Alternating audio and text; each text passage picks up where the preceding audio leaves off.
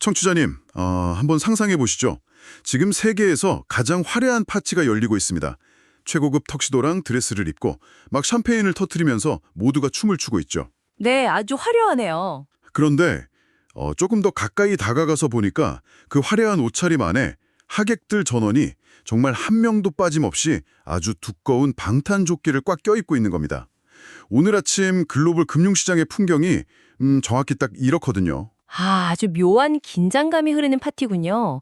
겉으로는 전례 없는 호황을 누리고 있는데 그 이면에는 뭐랄까 언제 터질지 모르는 파국에 대한 극도의 경계심이 쫙 깔려 있는 상태랄까요? 맞습니다. 오늘 저희가 이 따끈따끈한 2026년 4월 15일자 글로벌 시황 브리핑 리포트를 바탕으로 심층 탐구를 해볼 텐데 방금 말씀하신 그 모순이 가장 핵심적인 미션입니다. 네, 오늘 이 심층 탐구의 미션은 바로 이 방탄조끼를 입은 파티의 진짜 속내를 파헤치는 겁니다.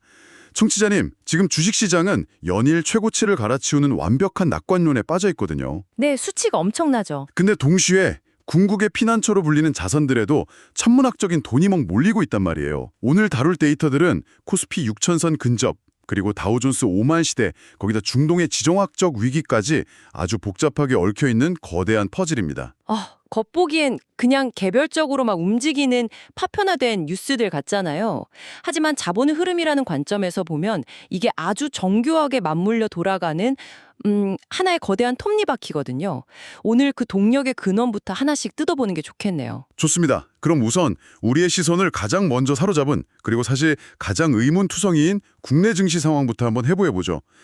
수치 자체는 정말 역사적입니다. 그렇죠. 코스피가 무려 5,967.75포인트, 2.74% 상승으로 마감했습니다. 와, 6천성이라는 꿈의 고지가 진짜 코앞이에요. 네, 코스닥도 1121.88로 2%나 올랐고요. 맞아요.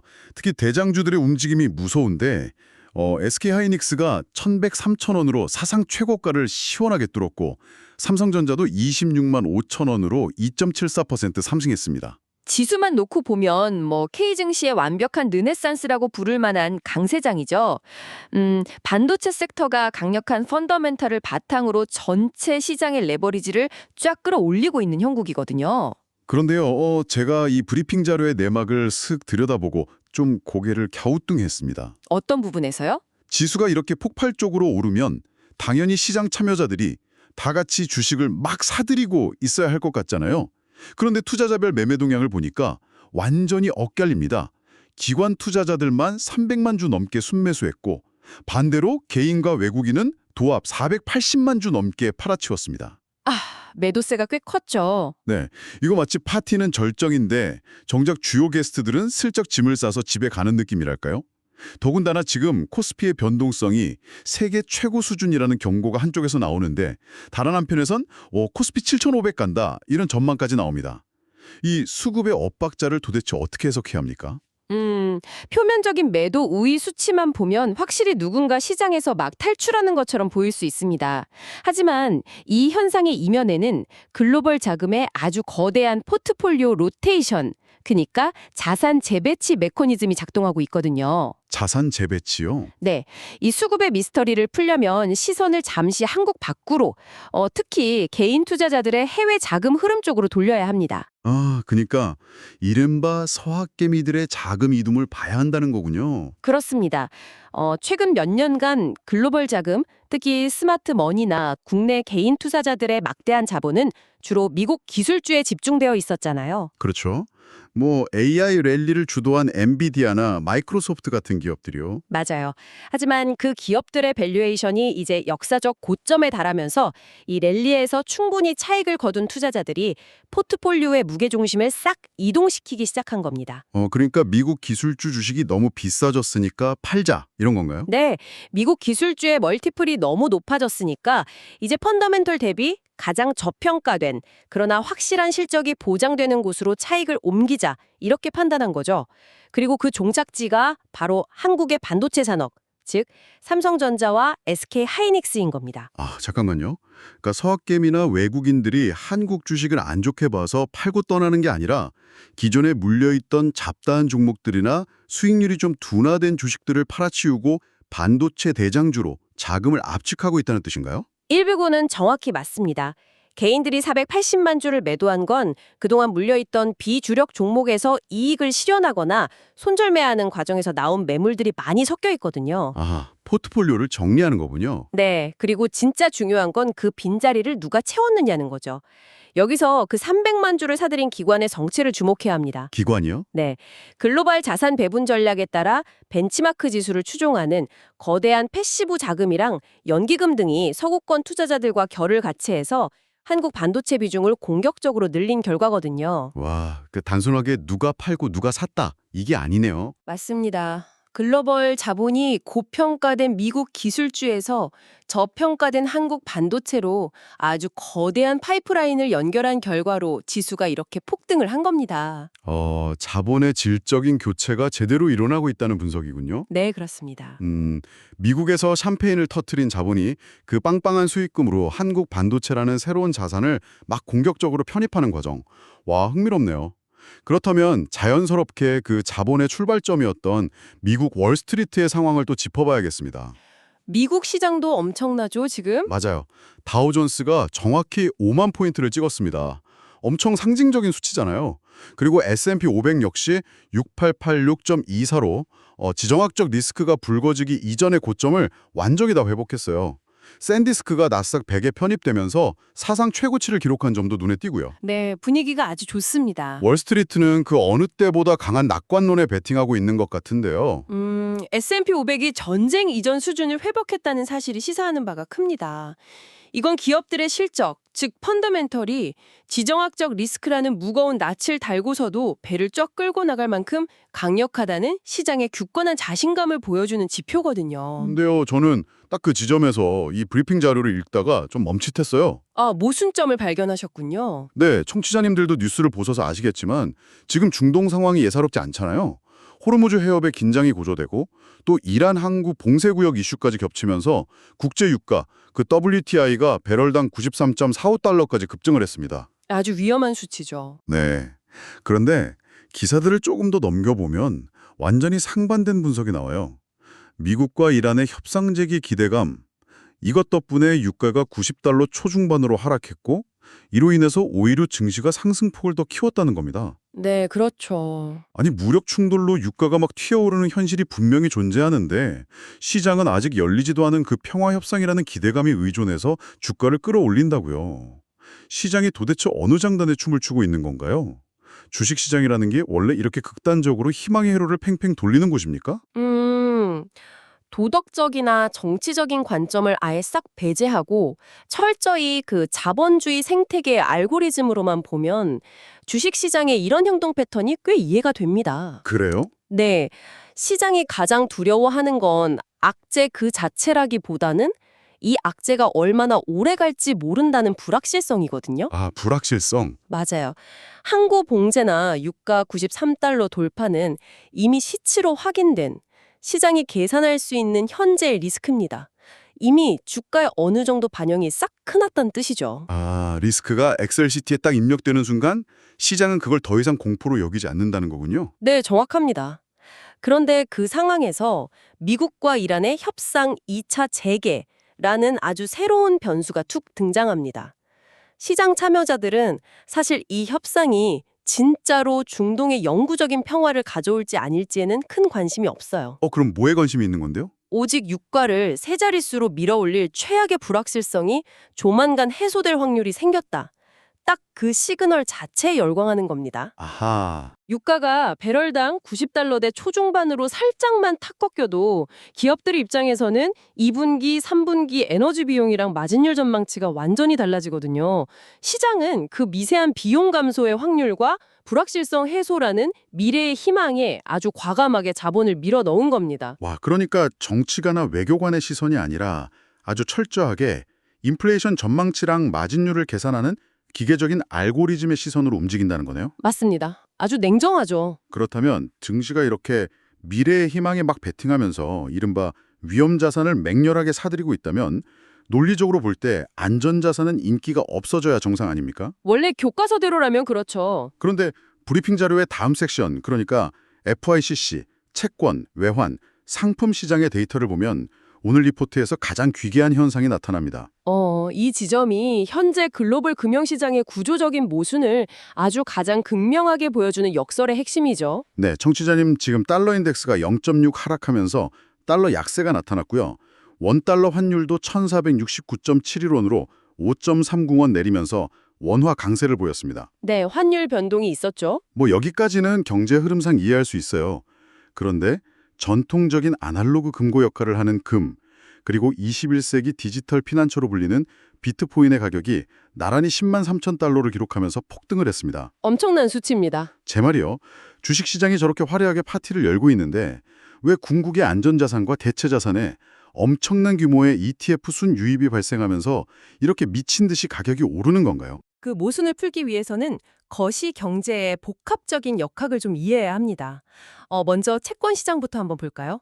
현재 미국 국채 10년물 금리가 4.289%까지 치솟았잖아요. 네, 엄청 높죠. 연준이 그러니까 FOMC가 금리를 쉽게 내리지 않겠다는 매파적 기조를 계속 유지하고 있기 때문이죠. 보통 국채 금리가 이렇게 오르면 달러의 가치도 함께 쫙 강해져야 하는 게 경제학의 기본 원리거든요. 맞아요. 제 말이 그겁니다. 미국이 이자를 이렇게 많이 준다는데 왜 달러 인덱스는 오히려 하락한 거죠? 돈은 당연히 수익률이 높은 달러 쪽으로 쏠려야 하잖아요. 환율은 절대적인 가치가 아니라 상대적의 시속 게임이라는 점을 꼭 기억해야 합니다. 지정학적 리스크가 유럽 경제에 미칠 영향이 재평가되면서 유럽 중앙은행 즉 ECB의 금리 경로에 살짝 변화가 생겼습니다. 아, 유럽 쪽에서요? 네, 그 결과 유로화가 강세를 보이기 시작했죠. 유로 달러가 1.1790 수준이니까요. 유로화의 무게가 무거워지니까 상대적으로 반대편 시소에 있는 달러 인덱스가 아래로 쑥 밀려 내려온 겁니다. 아하, 유로화 때문에 달러가 약해진 거군요. 그렇습니다.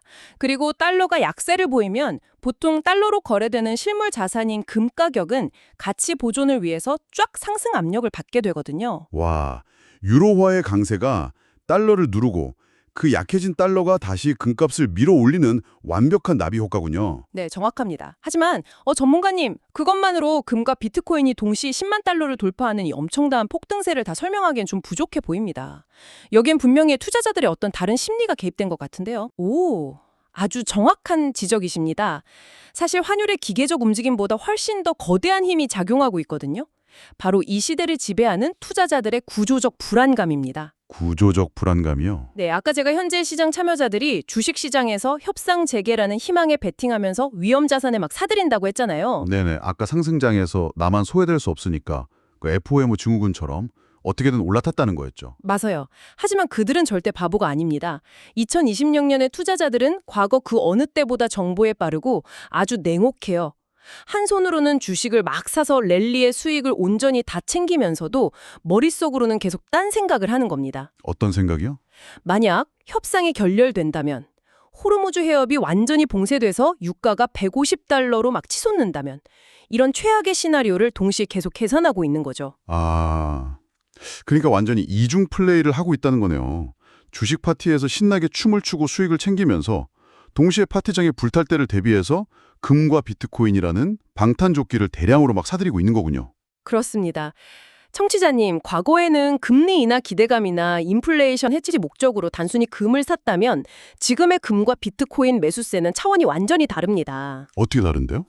국가가 통제하는 화폐 시스템 자체에 대한 어떤 지정학적 불신, 그리고 주식시장의 이 초강세장에 대한 일말의 극심한 불안감이 만들어낸 역사적인 양방향 베팅이거든요. 와, 양방향 베팅? 네, 주식 아니면 안전자산이라는 이분법은 진짜 옛날 이야기입니다. 지금 자본은 그냥 양쪽 모두를 다 집어삼키고 있어요. 이 현상을 설명하는데 방금 호스트님이 말씀하신 방탄조끼라는 비유가 진짜 아주 찰떡이네요. 하하. 지징보험을 한도 끝까지 꽉꽉 채워 가입해두는 것과 같습니다. 어느 한쪽의 시스템이 무너져도 다른 쪽이 내 자산을 확실히 지켜줄 것이란 굳은 믿음으로요. 와, 정말 소름 돋을 정도로 치밀한 자본의 생존 본능입니다. 그런데 방금 짚어주신 원화 강세와 미국의 고금리 상황이 오늘 저희가 처음에 다뤘던 국내 증시의 외국인 매도세와도 아주 끈끈하게 연결이 되어 있다고요? 네, 경제의 모든 지표는 진짜 유기체처럼 쫙 연결되어 있습니다. 원달러 환율이 1,469원대로 내려와서 원화가 강세를 보인다는 것은 달러 기반의 외국인 투자자 입장에서는 한국 주식을 보유함에 따라 기대할 수 있는 환차익의 매력이 확 떨어진다는 의미거든요. 아, 굳이 한국 주식을 들고 있을 유인이 줄어드는 거네요? 그렇죠. 게다가 미국의 10년물 국채금리가 무려 4.289%라는 아주 훌륭한 무위험 수익률을 딱 보장하고 있잖아요. 이런 상황에서 외국인들이 굳이 환위험이나 지정학적 리스크를 감수하면서까지 신흥국 증시에 자금을 장기적으로 묶어둘 이유가 급격히 줄어드는 겁니다. 아, 그래서 팔고 나가는 거구나. 네, 이것이 저희가 첫 번째 섹션에서 확인했던 외국인 매도 전환을 설명하는 아주 거시적인 배경입니다.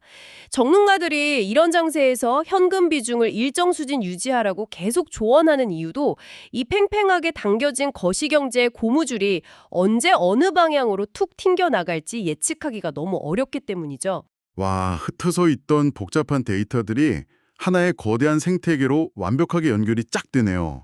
서학개미들의 수익 실현이 한국 반도체 지수를 멱살 잡고 끌어올리고 중동의 지정학적 리스크를 계산한 자본이 주식 랠리랑 암호화폐 폭등을 동시에 막 만들어내고 거기에 유럽의 금리 경로 재평가가 달러와 원화 환율을 흔들면서 다시 외국인 수급에 영향을 미치는 흐름.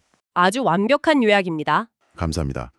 그렇다면 이 거대한 자본의 훈풍과 긴장감이 현재 유럽과 아시아 다른 지역에는 또 어떻게 반영이 되고 있습니까?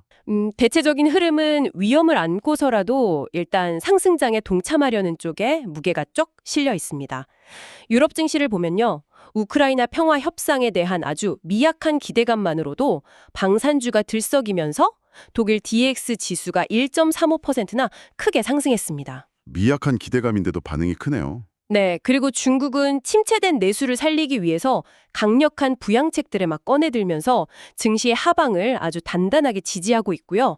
특히 일본 시장의 반응이 폭발적인데 엔화 약세라는 수출 기업들의 그 절대적인 무기를 등에 업고 니케이 지수가 장중 2.4% 가까이 막 급등하는 모습을 보였습니다. 베트남 같은 신흥국들도 분위기가 좋던데요. 맞아요. 베트남을 포함한 아시아 신흥국 증시 전반도 글로벌 자본의 위험자산 선호 심리에 같이 탑승해서 동방강세를 연출하고 있죠. 전 세계가 각자의 다양한 이유로 이 거대한 유동성 파티에 열정적으로 참여하고 있군요. 자, 청취자님, 이렇게 얽히고 설킨 롤러코스터 같은 시장에서 당장 이번 주 달력에 빨간 펜으로 아주 크게 동그라미 쳐두고 지켜봐야 할 핵심 일정이 궁금하실 텐데요. 전문가님, 이 낙관론의 진짜인지 가짜인지 검증할 시간이 좀 필요할 것 같습니다. 네, 시장이 그려놓은 이 장밋빛 전망이 튼튼한 펀더멘털 위에 잘 지어진 것인지 아니면 금방 무너질 모래성인지 검증할 세 번의 거대한 테스트가 지금 대기하고 있습니다. 3번이나요? 첫 번째가 뭔가요? 첫 번째는 바로 4월 16일에 발표될 중국의 1분기 GDP입니다. 시장 예측치는 4.8%인데 중국 정부의 부양책이 실제 내수 진작과 진짜 숫자로 증명이 되었는지가 아시아 증시 전체 방향성을 결정지을 아주 중요한 포인트가 될 겁니다. 아, 중국의 경제 체력을 확인하는 거군요. 두 번째는요? 두 번째는 같은 날 예정된 한국 대표 기업들의 실적 발표입니다. 현대차, 기아, 그리고 LG에너지솔루션의 1분기 성적표가 공개되죠. 지금 코스피 6,000선 돌파를 멱살 잡고 이끄는 건 오로지 반도체의 힘이잖아요. 그렇죠. 반도체가 하드캐리 중이죠. 네, 이 상승세가 경제 전반의 체력으로 온전히 인정받으려면 자동차나 2차 전지 같은 다른 핵심 산업 섹터들도 시장의 높은 기대를 충족시키는 진짜 숫자를 증명해내야만 합니다. 아, 주가가 기대감으로 선반영되었다면 이제는 현실의 성적표를 까서 그 가치를 직접 입증하라는 거군요. 맞습니다. 좋습니다. 그럼 마지막 세 번째 테스트는 무엇입니까? 4월 17일에 열리는 한국은행 금융통화위원회의 기준금리 결정입니다. 지금 상황이 매우 복잡하거든요. 미국의 고금리가 4.2%대에서 버티고 있고 지정학적 리스크로 유가 변동성은 극에 달했으며 환율도 막 출렁이고 있죠. 진짜 사면초가네요. 네, 이런 사면초의 거시 환경 속에서 한국은행이 과연 어떤 통화정책 스탠스를 취하느냐, 즉 매파적 본능을 강하게 드러낼지 아니면 유연함을 보일지가 국내 자산시장의 단기적인 명운을 갈 가장 중요한 나침판이 될 것입니다. 와, 이번 주 내내 숫자가 하나씩 발표될 때마다 시장이 아주 미친 듯이 널뛰기를 할 수도 있겠네요. 충분히 그럴 가능성이 높습니다. 청취자님, 오늘 우리가 깊게 파고든 이 복잡한 시장의 이면을 짧게 한번 정리해 보겠습니다. 코스피 6,000선과 다우 5만 시대라는 그 화려한 숫자의 이면에는 서학개미의 자본 이동과 패시브 자금의 기계적 매수가 있었고요. 시장은 중동의 위기 속에서도 공포보다는 불확실성 해소라는 희망에 아주 냉정하게 베팅을 하고 있습니다. 네, 맞습니다. 하지만 그와 동시에 달러 약세를 틈타 자본들은 주식의 랠리를 신나게 즐기면서도 금과 비트코인이라는 방탄조끼를 천문학적인 규모로 삼아오고 있죠. 현재 글로벌 자본이 얼마나 민첩하고 치밀하게 그리고 양극단의 리스크를 모두 영리하게 해칭하면서 움직이고 있는지 정확히 보여주는 요약이네요. 자, 오늘 이 엄청난 정보의 미로를 싹 헤쳐나오면서 청취자님이 이 심층 탐구를 끄고 혼자만의 시간에 곰곰이 한번 씹어볼 만한 화두를 하나 남겨드리고 싶습니다. 전문가는 오늘 다룬 팩트들을 넘어서 우리가 근본적으로 질문해봐야 할 아주 도발적인 생각이 있다면 무엇일까요?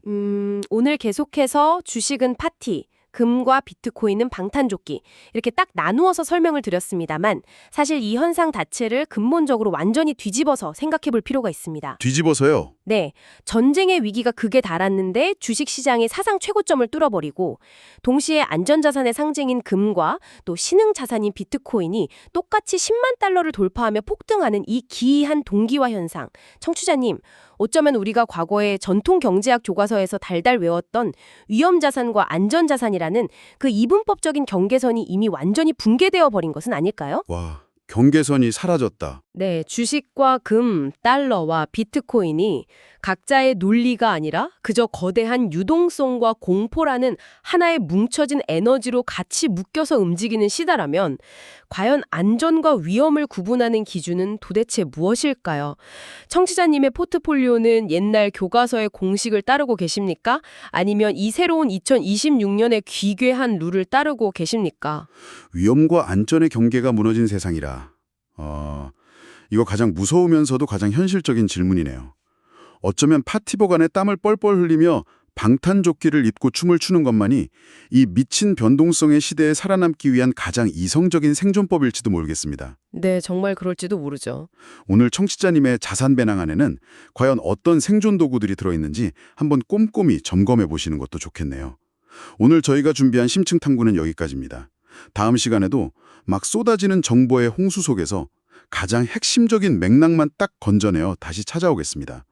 청취자님, 현명한 판단이 함께하는 하루 보내시길 바랍니다.